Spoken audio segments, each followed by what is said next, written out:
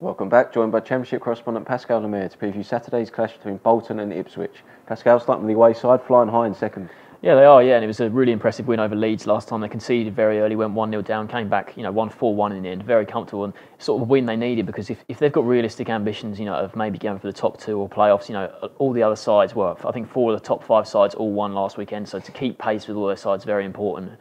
Yeah, they do look really good at the moment. See, Daryl Murphy, 2 goals there. He's now on his own as the joint top scorer in the league, and Dave McGoldrick got a goal there, and he's looking a bit better recently, McGoldrick, because he missed a lot of last season injured. And Murphy and McGoldrick, I've seen them compared to what Ings and Vokes did for Burnley last season, whether Ipswich can do what Burnley did, because Burnley, very similar sort of the way that they did what they did last year. Obviously, a side on a budget, not a side you would have looked at, lots of money in it and thought, these are the front runners. But they're really impressing. Ipswich, obviously, I think it's 1 defeat in 16 now since they lost to Norwich in the derby in August, and yeah, things are looking really impressive for them. And this is a game they'll certainly fancy winning. Moving on to Bolton, been really good at home under Neil Lennon. They have, yeah. They've won every single home game under Neil Lennon, and that's one thing that, Ipswich, that's why Bolton might be fancied here. Even though Ipswich are flying high, Bolton, obviously, they have been fantastic at home under Neil Lennon.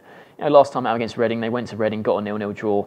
That's a decent point. Obviously, Reading, they're not the best side in the league. That, I think Bolton going into that game, they might fancy nicking something, but they have been so much better under Lennon at home. And there's been news this week. Idiger Johnson, obviously, he's re-signed for the club. That's it's quite a coup to sign him. Even though he's been out of football for a little while, he missed out against Reading because he hadn't been cleared to play. But his clearance has come through now, and I'd be interested to see if he has impact, if any at all. Because you wonder if he's Championship is quite a physical league. Obviously, he's quite old now.